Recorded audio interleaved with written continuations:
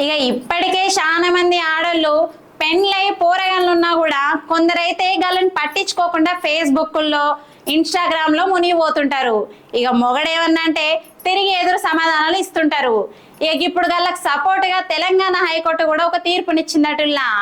ఇక Facebook Instagram వాడొద్దు అనడం క్రూరత్వమే అని ఇద్దరి దంపతులకు విడాకులు మంజూరు చేసిందట హైకోర్టు. ఇక మహబూబ్ నగర్ జిల్లాకు చెందిన ఓ జంట పెద్దల సమక్షంలో పెళ్లి చేసుకున్నారటుల్లా. అయితే ఫేస్బుక్ ఇన్స్టాగ్రామ్ వాడకం విషయంలో ఇద్దరి మధ్య మస్తు గొడవలు అవుతుండేనట. ఇక గొడవలు కాస్త ఎక్కువ అవడంతో విడాకులకు అప్లై చేసిండట ఆమె పెనిమిటి. దీంతో గట్లెట్లా చేస్తావని భార్య ఆయన మీద 5 క్రిమినల్ కేసులు పెట్టిందటుల్లా. ఇక ఈ ముచ్చట మీద స్పందించిన పోలీసు వాళ్ళు పెద్ద మనుషులో తేల్చుకోవాలని అవకాశం ఇచ్చిందట.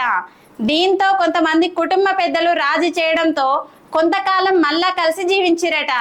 ఇక కలిసే ఉన్నారని భర్త వేసిన విడాకుల పిటిషన్ ట్రయల్ కోర్టు కొట్టేసిందటుల్లా. ఇక మళ్ళా కొన్నొద్దులకు మళ్ళా గట్లనే గొడవలు అయ్యే వరకు విరక్తి పొందిన గల ఆయన తిరిగి హైకోర్టును ఆశ్రయించిండట. ఇక ఈ కేసు విచారించిన తెలంగాణ హైకోర్టు భార్యాభర్తలు రాజీ పడి కలిసి జీవించమని కోర్టు బలవంతం చేయదంటూ విడాకులు మంజూరు చేసిందట.